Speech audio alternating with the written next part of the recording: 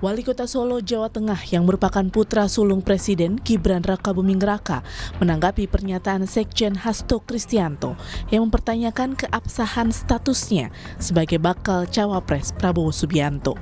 Gibran menilai semua ada prosesnya dan memilih mengikuti seluruh keputusan yang sudah ada di Mahkamah Konstitusi. Hormati keputusan yang ada. Dan keputusan kemarin juga tidak menghalangi Mas Wali untuk terus melaju sebagai cawapres, ya Mas? Ya, sekali lagi kami menghormati keputusan yang sudah ada. Ya. Jadi sejauh ini maju terus ya Mas? Untuk pencalonannya maju terus ya? Sebagian yang diserang kan saya terus, saya kan diam terus. Gimana?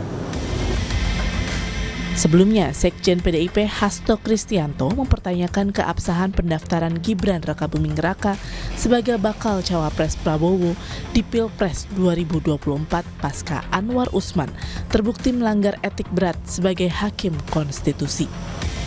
Hasto menilai jika putusan MK terkait batas usia cawapres dianggap melanggar etik, maka putusan MK yang memungkinkan Gibran untuk maju dalam pencalonan patut dipertanyakan.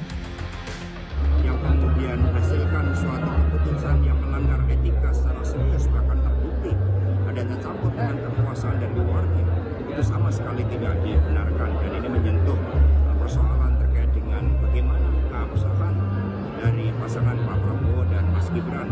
Nah, tentu saja di dalam proses untuk menghasilkan seorang pemimpin tidak boleh dilakukan dengan melakukan suatu rekayasa hukum, memanipulasi dan mengkerdilkan demokrasi.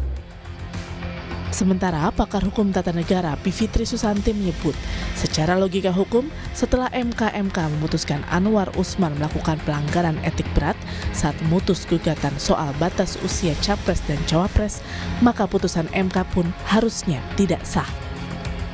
Logika hukumnya kan putusan 90 itu ya yang memberikan karpet merah untuk Gibran itu dihasilkan dari sebuah proses yang sekarang ini sudah nyata berdasarkan putusan Majelis Kehormatan MK 2 hari yang lalu itu bahwa prosesnya salah. Jadi logika hukumnya sebuah putusan yang dibuat dengan proses yang ternyata melanggar etik dan itu pelanggaran berat bahkan bisa membuat sebuah putusan tidak sah, maka logikanya adalah putusan itu memang tidak sah sebenarnya. Aturan batas usia capres dan cawapres yang menjadi landasan Gibran maju Pilpres sudah diputus MK. Namun, saat ini ada gugatan baru terkait putusan tersebut. Keputusan pun kini berada di tangan Mahkamah Konstitusi. Tim Liputan Kompas TV.